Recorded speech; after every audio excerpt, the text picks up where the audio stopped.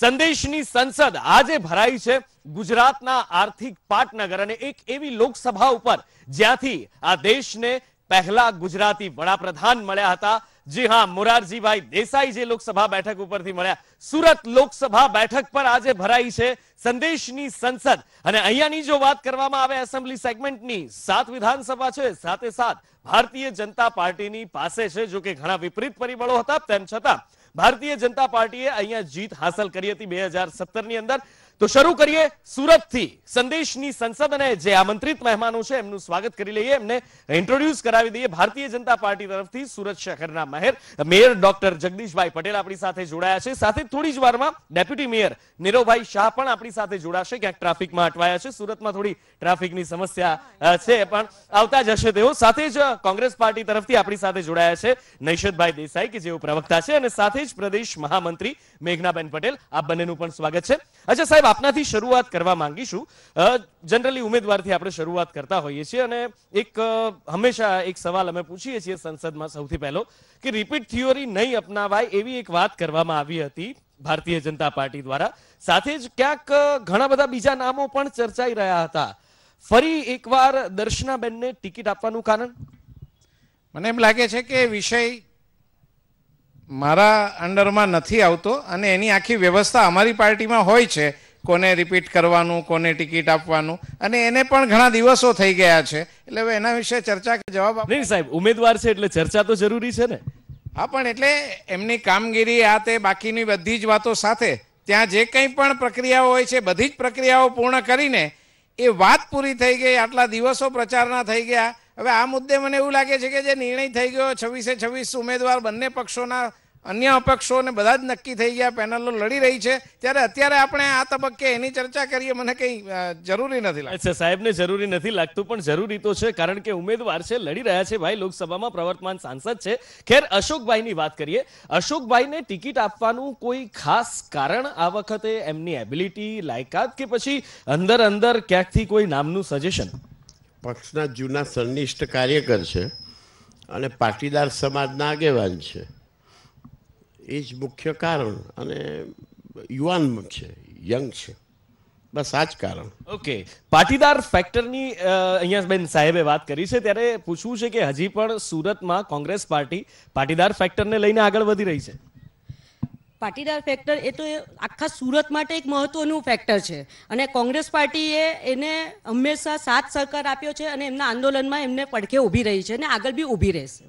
Okay, Patidar ફેક્ટરની જે વાત કરી, મહત્વનું ફેક્ટર છે। 2017માં જો કે એ ક્યાંક ફળવાની આશા હતી, પણ કોંગ્રેસને ફળ્યું નહીં। આ વખતે હજી પણ કહી રહ્યા છે, શું કહેવા માંગો છો એ બાબત? નહીં, હું એમની વાતનું સમર્થન કરું છું। સમર્થન એટલા માટે કરું છું કે એ ફેક્ટરને એમનો સાથ સહકાર છે એવું હવે બહુ ખુલ્લું છે, કારણ કે એ જે કંઈ વિવિધ સામાજિક આગેવાનો દ્વારા જે આંદોલનો વગેરે ચાલતું હતું એ બધા જ હમણાં ત્યાં છે। કોઈક એમના એમએલએ છે, કોઈક એમના સમર્થિક એમએલએ છે, કોઈક એમના ઓફિસ બેરર કે સ્ટાર પ્રચારક છે, અને એની પાછળની જે મુરાદ હતી એ વિવિધ સમાજોમાં કોઈક ને કોઈક રીતે વિખંડન ઉત્પન્ન કરવાનું, ડિસ્ટર્બન્સ ઊભો કરવાનું એ પ્રકારનું હતું, એ હવે ખુલ્લું થઈ ગયું છે। બીજું, આ આખી મુવમેન્ટ પછી વિધાનસભાની એક ચૂંટણી આવી ગઈ, વિધાનસભાની ચૂંટણી પણ સમાજે એમને, વિવિધ સમાજોએ પણ એમને સબક શીખ્યો એ રીતે એમનો પરાજય થઈ ચૂક્યો। આ બધી જ વાતો હવે પૂર્ણ થઈ ચૂકી છે, એટલે એ વાત સાચી છે કે એમના આંદોલનાત્મક જે પ્રવૃત્તિઓ છે એમને એમનું સમર્થન હોય છે, વાત સાચી છે। ઓકે, બીજો એક મુદ્દો જ આજી શું જવાબ આપવા માંગે? હવે આપ જુઓ તો જે કોંગ્રેસમાં પ્રવેશેલા પાટીદાર એમાંથી 50% તો એ મોદી સાહેબે પાછા લઈ લીધા, ભાજપમાં જ લઈ લીધા। હવે એટલે હું આંદોલન એમણે કરાવ્યું હતું, અને કેટલાક પાટીદાર આગેવાનો ઓલરેડી ભાજપમાં જોડાઈ ગયા છે કે જે લોકો આંદોલનમાં સક્રિય હતા। ઓકે, શું જવાબ આપવા માંગશો સાહેબ?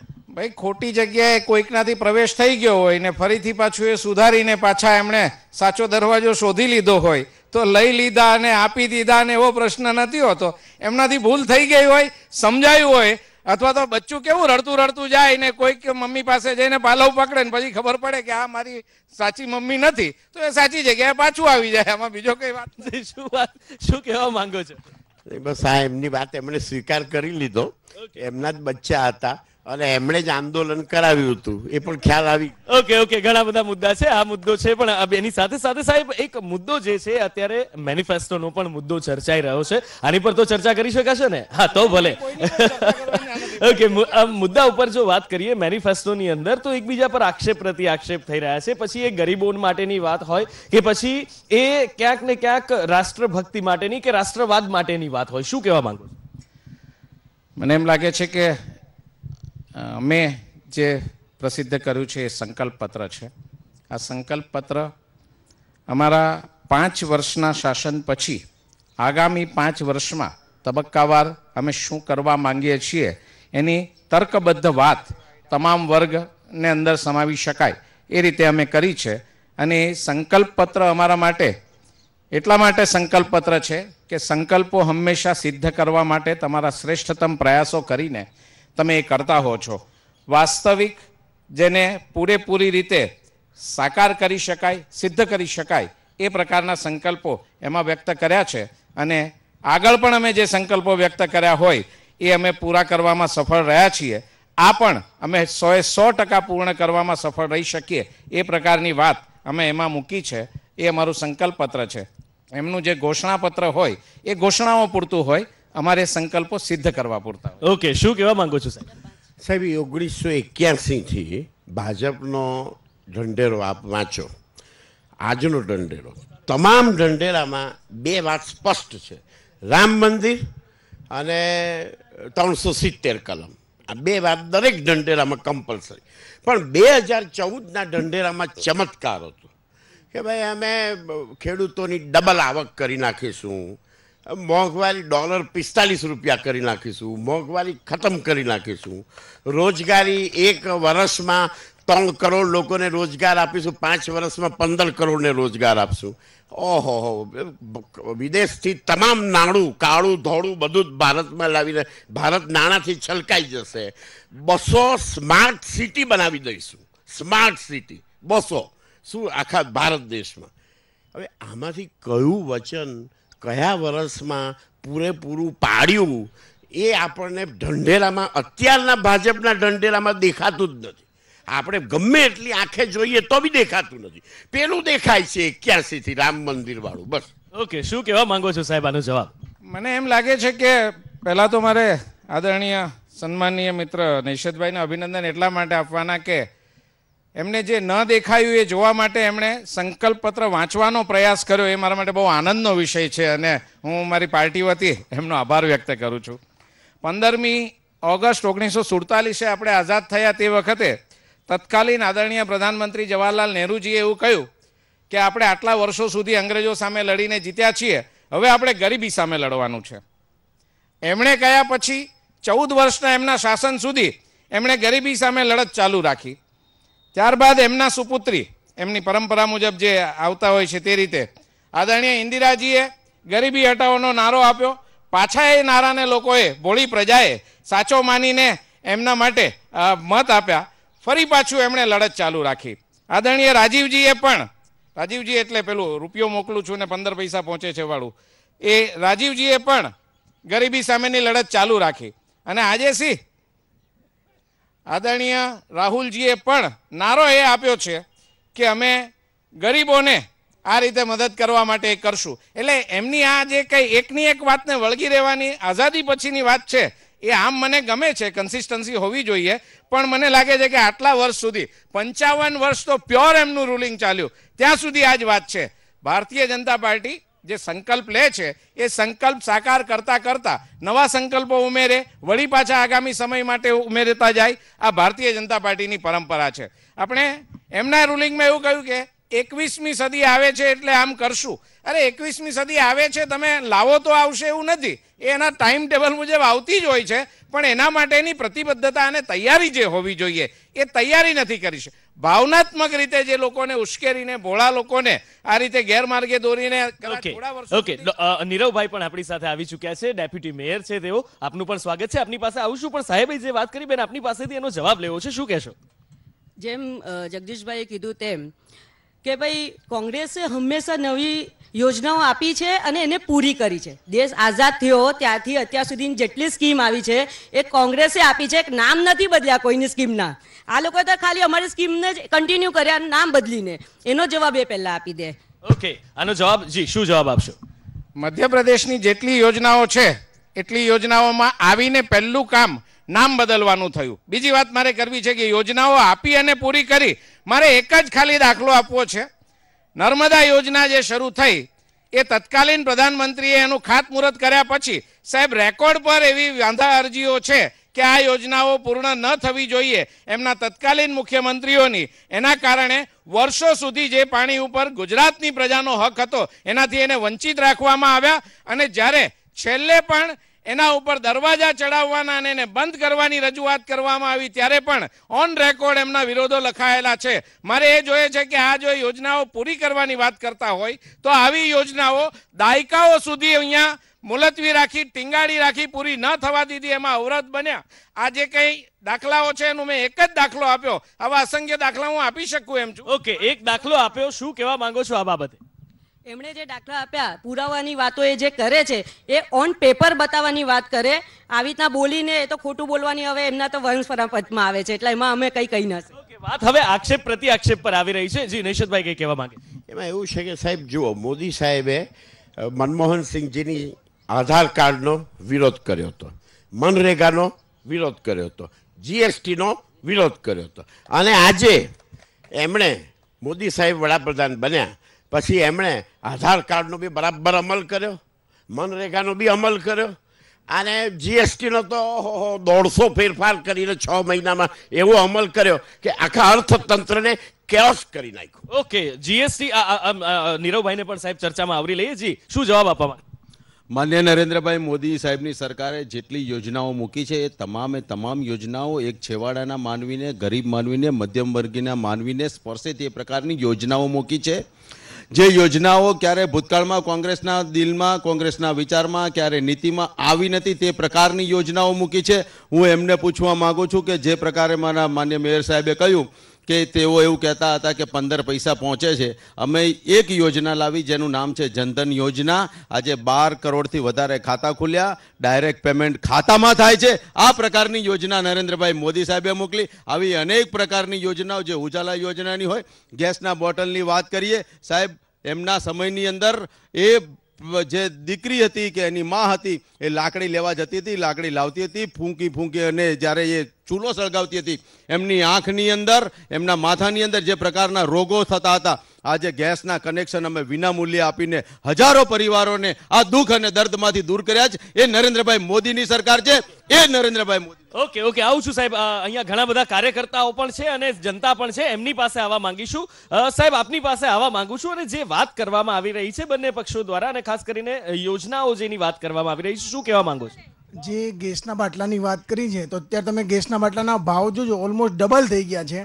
એટલે મોંઘવારીની જે વાત કરતા હોય તો મોંઘવારી કંટ્રોલ કરવામાં ભાજપ સરકાર નિષ્ફળ રહી છે અને તુસ્કે ને ભૂસકે મોંઘવારી વધી રહી છે. બીજું રોજગારની વાત કરતા હોય તો દર વર્ષે 2 કરોડ રોજગારની વાત હતી. રોજગાર તો જે હતી એ પણ જતી રહી, નવી તો દૂરની વાત રહી. ઓકે, રોજગારની વાત છે, બાટલાની વાત છે, મોંઘવારીની વાત છે. આ બાબતે એક બેન અહીંયા છે, એમની પાસેથી જાણવાનો પ્રયત્ન કરીશું. શું કહેવા માંગો? મોંઘવારી કંઈ વધેલી નથી. અને ગેસના બાટલાની વાત કરીએ કે તમારા જમાનામાં લોકો છાણા વીણવા જતા હતા, ચૂલા ફૂંકતા હતા અને અમારા જમાનામાં હરેક ગરીબના ઘરમાં અત્યારે ગેસના બોટલ છે જે અમે લોકો એક નાની મીટિંગો કરીને લોકોને આપેલા છે. ઓકે, આ બાજુથી એક ભાઈ છે, અન્ય કોઈ સવાલ આપ પૂછવા માંગો છો? જી, હું ડાયમંડ વર્કર યુનિયન ગુજરાત પ્રવક્તા ભરત અડિયા છું. મારા સવાલો રોજગાર લક્ષીઓ છે. હમણાં જે વાત કરી છે તો હવે વાત છે કે 2 કરોડ રોજગારો આપ્યા, એ બે પક્ષનો મુદ્દો છે. મારો મુદ્દો એ છે કે તમને હું લાઈવ સાબિત કરી બતાવું છું કે સુરતની અંદર 1 લાખ કરતા વધારે રત્ન કલાકારો હાલ બેરોજગાર છે. એના માટે તમે વિચાર્યું છે? રત્ન કલાકારો પાસેથી વ્યવસાય વેરો લેવામાં આવે છે. ખરેખર લેબર એક્ટ એટલે મજૂરી. તો મજૂરી કરનાર વ્યક્તિ માટે તમે વ્યવસાય વેરો મારો છો તો એ માલિકો પાસેથી કેમ નથી લેતા? અને એસએમસીમાં એ માલિકોના નામે બોલે છે. તો આ દર મહિને 80 થી 200 રૂપિયા સુધી વ્યવસાય વેરો રત્ન કલાકારો પાસેથી કેમ લેવામાં આવે છે? ત્રીજો પ્રશ્ન છે કે 2008 ની અંદર તમે રત્નદીપ કૌશલ્યવર્ધક યોજના 1200 કરોડની જાહેર કરી 12 કરોડ રૂપિયાનો ખર્ચો તમે એની એડવર્ટાઇઝ પાછળ કર્યો છે. અત્યાર સુધી કેટલા લોકોને ઓન રેકોર્ડ મેળવ્યું છે એનું કોઈ સબૂત છે? ઓકે, આનો જવાબ મેયર સાહેબ આપની પાસેથી લેવા માંગીશું. શું જવાબ આપવા માંગશો? મને એવું લાગે છે કે સ્ટાર્ટઅપ ઇન્ડિયા અને સ્કિલ ઇન્ડિયાની જે સ્કીમ નીચે 10 કરોડ વ્યક્તિઓને દર વર્ષે આ માટે પોતાનો રોજગાર કરવા માટેની જે સુવિધાઓ છે એ પૂરી પાડવામાં આવે છે. વાત એટલી છે કે આપણે માત્ર સરકારી નોકરીઓ છે એને જ જો રોજગાર ગણતા હોઈએ તો એનાથી આગળ વધીને ખાનગી જે તકો પૂરી પાડવામાં આવે છે એ માટેનું વગર ગેરંટીએ જે ભંડોળ આપવામાં આવે છે એ જો આપણે ધ્યાનમાં લઈએ તો ન કેવળ 2 કરોડ દર વર્ષે 10 કરોડ રોજગારની તકોનું સર્જન થાય છે. આપણે માત્ર એવું જ સમજીએ કે સરકારી નોકરી એટલે જ નોકરી કહેવાય. એ તો વાત કરી આપે. રત્ન કલાકારનો પણ સવાલ હતો. બિલકુલ બિલકુલ, પણ રત્ન કલાકારનો પણ એમણે પ્રશ્ન પૂછેલો છે એટલે એનો પણ જવાબ શું? એને વાત કરું છું, મારી વાત પૂરી કરવાના હોય. તમે વાત પૂરી કરો. મારે કોઈ પણ સવાલ અધૂરો છોડીને સાહેબ આપ જશો તો મને એવું લાગે છે કે આખી ચર્ચા આપણે દરેક પ્રશ્નો ઉપર ઊંડાણથી ચર્ચા કરીશું. પ્રશ્ન આગળ આપણે છોડી દીધો. એમણે કહ્યું જીએસટી નું મારે એનો જવાબ આપવાનો હતો, આપણે છોડી દીધો. અત્યારે આ રત્ન જીએસટી નો પણ જવાબ લઈશું, પણ અત્યારનો જે પ્રશ્ન ચાલી રહ્યો છે એની વાત કરીએ. અને એનો જવાબ મેં નીરવભાઈ પાસેથી લઈ જાઉં. હું જ આપીશ અને હું જ આપી શકીશ. એ સવાલનો જવાબ હું આપીશ. મારે આમ વાત કરવાની છે. જનતા પણ છે અને આપણે પણ છીએ, તો બધાની સાથે વાત થશે સાહેબ. અને આપ તો પ્રથમ નાગરિક છો શહેરના. સાહેબ, રત્ન કલાકારોના ક્ષેત્રે વાત કરીએ તો આજે રત્ન કલાકાર જે અગાઉના સમયમાં જે રીતની જે સ્થિતિમાં હતા એના કરતા ખૂબ સારી સ્થિતિમાં છે. ને આજે પણ રત્ન કલાકારો છે એ પોતાનું જે જીવન જીવે છે, ભાડાના ઘરમાં એક સાથે 20-20, 25-25 વ્યક્તિઓ રહેતા હોય, ઘંટી નીચે પગ નાખીને સૂઈને એ લોકો જીવન બસર કરતા હોય, એના બદલે આજે રત્ન કલાકારો આપ જુઓ એર કન્ડિશન ફેક્ટરીઓમાં કામ કરે છે, પોતાના મકાનમાં રહે છે, એના ઇન્ટરનેશનલ સર્ટિફાઈડ કોર્સિસ સાથે કામ કરે છે. અને આજે પણ તમને કહું, હીરાના ક્ષેત્રમાં ટોટલ ટર્નઓવર છે માત્ર એ હીરા પોલિશ કરવા પૂરતું લિમિટેડ નથી રહ્યું. આજે જ્વેલરી નિર્માણ સાથે દુનિયામાં વધુમાં વધુ પોલિશ ડાયમંડ અને જ્વેલરી એક્સપોર્ટ કરતો દેશમાં સૌથી મોટું આ શહેર સુરત છે. અને સુરત એ બધાના જીવન ધોરણમાં ફેરફાર કરવામાં આવ્યું છે. સવાલ વ્યવસાય વેરા બાબતની વાત કરું તો વ્યવસાય વેરો નાના આવક ધરાવનાર વ્યક્તિઓને લાગુ પડતો નથી. જેની આવક સર્ટન લિમિટથી ઉપર હોય એને જ આ વ્યવસાય વેરો ભરવાનો છે. એમાં ડિવિઝન પણ એવું નથી કે માલિક ભરે કે વ્યક્તિ ભરે. જે પોતે વ્યવસાય કરે છે અને જેની આવક નિશ્ચિત આવકથી વધારે હોય એને પોતે ભરવાનો હોય છે. અને એ મહિને 20 રૂપિયા કે ત્યાંથી શરૂ થતો હોય છે. આવક વધે તો જ એને વધતો હોય છે. એટલે એમાં કોઈ જગ્યાએ કારીગરે ભરવાનો કે શેઠે ભરવાનો એવું ડિવિઝન નથી હોતું. કેટલાક શેઠ ભલમનસાઈથી એ ભરી દેતા હોય છે, એ વાત જુદી હોય છે. કોઈક અડધા ભરતા હોય છે, એ વાત જુદી હોય છે. બાકી જે કમાઈ એને જ ભરવાનો એ હોય છે. ઓકે, ઘણા બધા બીજા પ્રશ્નો પણ છે, ઘણા બધા લોકો છે, એમની સાથે પણ ચર્ચા કરવા માંગીશું. જે આપની પાસે આવવા માંગુ છું, શું કહેવા માંગુ? હું આપણા ડેપ્યુટી મેયર સાહેબને પૂછવા માંગુ છું કે કેન્દ્ર સરકારનું શું વિકાસ થયું છે અને કઈ કઈ યોજનાઓ છે અને કેટલી ઓન પેપર છે અને કેટલી ઓન પેપર વગર એમણે અમલમાં લાવી છે એ જરા બતાવે. એમને કહેજો કોર્પોરેશનની વાત નહીં કરે. આ દેશનું ઇલેક્શન છે, આખા દેશનું ઇલેક્શન છે, આ કોર્પોરેશનનું નથી. ઓકે, જો કે હમણાં તો એ યોજનાઓની વાત કરી ચૂક્યા છે, પણ સવાલ આવ્યો છે તો ફરી એકવાર ડેપ્યુટી મેયર સાહેબને સવાલ પૂછાયો છે, એમની પાસેથી જવાબ લઈએ. એમને કહો મેં પહેલા જે કઈ યોજના બતાવી એ મહાનગરપાલિકાની કે કેન્દ્ર સરકારની, તેમને પૂછો પહેલા કોની હતી ભાઈ? જનધન યોજના કોની છે? ઉજાલા યોજના કોની છે? એમને પહેલા કહી દો કે મને ધ્યાન છે 2019 લોકસભાનું ઇલેક્શન છે, તમારા નીચલા સ્તરની જે કઈ વાત છે એ તમે અહીંયા મુબારક તમને. અમે જે કઈ વાત કરીશું એ અમારા દેશના સર્વોચ્ચ નેતા નરેન્દ્રભાઈ મોદીની સરકારે કરેલી કામગીરીના આધાર પર માગીશું. 155 વધારે યોજનાઓ અમાન્ય નરેન્દ્રભાઈ મોદીની સરકારે કરેલી છે. જે પહેલા કહ્યું તે અત્યારે પણ ફરીવાર કહું છું કે એમના વિચાર શક્તિથી બહારની જે યોજનાઓ મુકાઈ છે ને એ તમામ યોજનાઓનો એ લોકોએ ભરપૂર લાભ લીધો છે. અને તદ્દન તમામ આંકડા આપણે તમને નેટ ઉપર મળી જશે, ઓનલાઈન જોવા મળી જશે. ઓકે, બેન પણ કંઈક જવાબ આપવા માંગે છે, એમની પાસેથી જવાબ લઈ લઈએ. જી, અમારા ભાઈએ જે વાત કરી ઉજ્જવલા યોજના જ્યારે આવી અમે બી ખુશ થઈ ગયા કે અમારી ગરીબ બહેનો ભાઈ હવે ગેસ વાપરશે. પરંતુ ગેસ વાપરવાની વાત ઠીક છે, પણ 450 રૂપિયામાં જે બાટલો મળતો તો હવે 1100માં પણ નથી મળતો. એના માટે ભાઈ શ્રી શું કહેવા માંગે છે એ વાત કરે. મોટી મોટી એડવર્ટાઇઝ કરવી, એડવર્ટાઇઝમાં પૈસા બગાડવા, આ જનતાના રૂપિયા છે. એડવર્ટાઇઝ નહીં કરો, ડાયરેક્ટ જનતાને આપશો ને તો બી એના દિલમાં લાગી આવશે. એના માટે માર્કેટિંગ કરવાની જરૂર નથી હોતી. જે પ્રોડક્ટ નથી ચાલતી એનું માર્કેટિંગ જરૂરી હોય છે. જે વસ્તુ તમારે લોકો સુધી પહોંચાડવી છે એના માર્કેટિંગની જરૂર નથી. એ લોકો સુધી પહોંચાડે એવી હું વિનંતી કરું. ઓકે, આ બાજુ છે બેન જે કહી રહ્યા છે કે યોજનાઓ છે પહોંચી નથી, બાટલાઓની પણ વાત કરી રહ્યા છે. શું કહેવા માંગો છો? હું બે પક્ષને એટલું જ પૂછવા માંગુ છું. એ બાબતે આવી આપનો સવાલ હું ચોક્કસથી લઈશ, પણ જે અત્યારે જવાબ આપનું સ્થાન ગ્રહણ કરશો, પહેલા કોઈ પણ પોતાનું સ્થાન નહીં છોડે. હું દરેકની પાસે આવી. શું કહેવા માંગો છો? હું કોંગ્રેસના નેતાઓને એકદમ સન્માનપૂર્વક પૂછવા માંગુ છું, છેલ્લા 60 વર્ષમાં એ લોકોએ કોની સાથે ન્યાય કર્યો કે અત્યારે 60 વર્ષ પછી એમને એવું યાદ આવ્યું કે અબ ન્યાય કરેંગે, એટલે હવે કોની સાથે ન્યાય કરશે? પરિવાર જોડે આ પ્રશ્ન છે.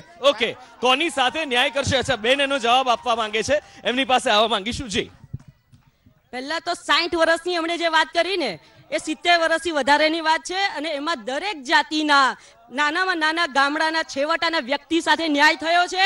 સરપંચમાં એના ઇલેક્શનથી લઈને 50% મહિલાઓને, એટલે મહિલાઓને બી હક આપવામાં આવ્યો છે. પહેલી વાત.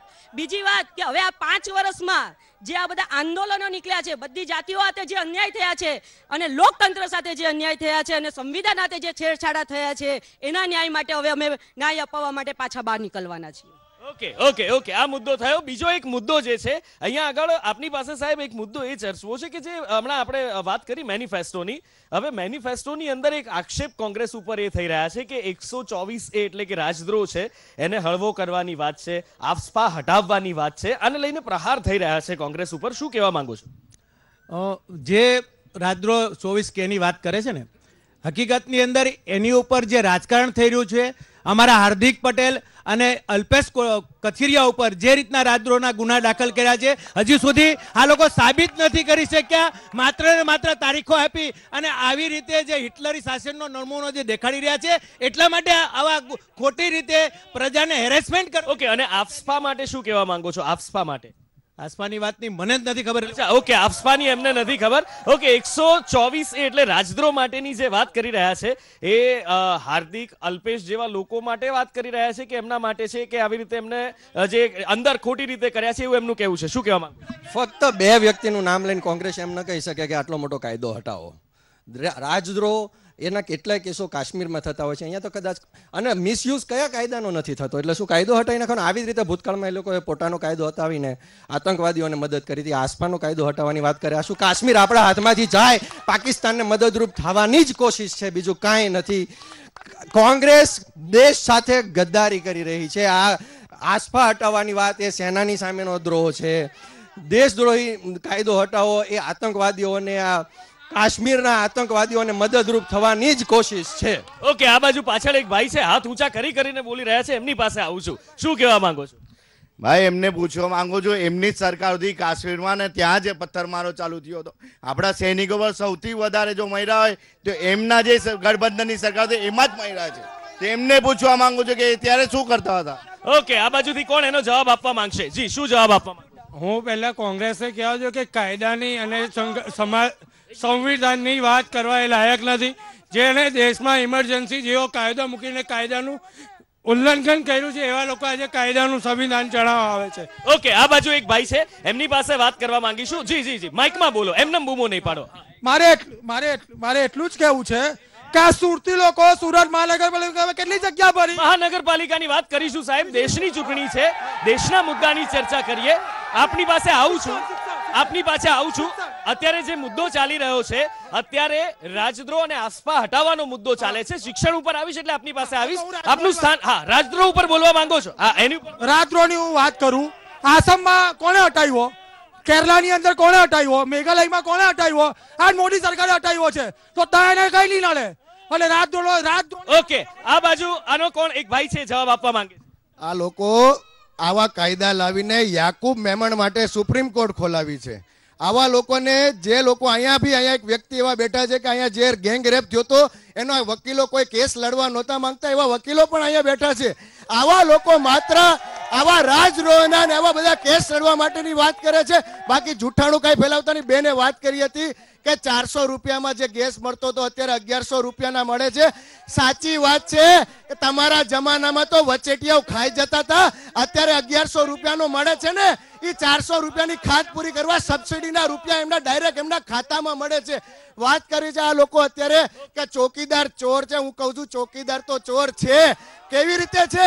એને 9 કરોડ પરિવારોની ગંદકી દૂર કરી, શૌચાલયો બનાવીને એ ચોરી કરી. એ લોકોએ 3 કરોડ પરિવારમાં ગેસ લાઈટ પહોંચાડી, એના અંધકાર દૂર કરવાની ચોરી કરી.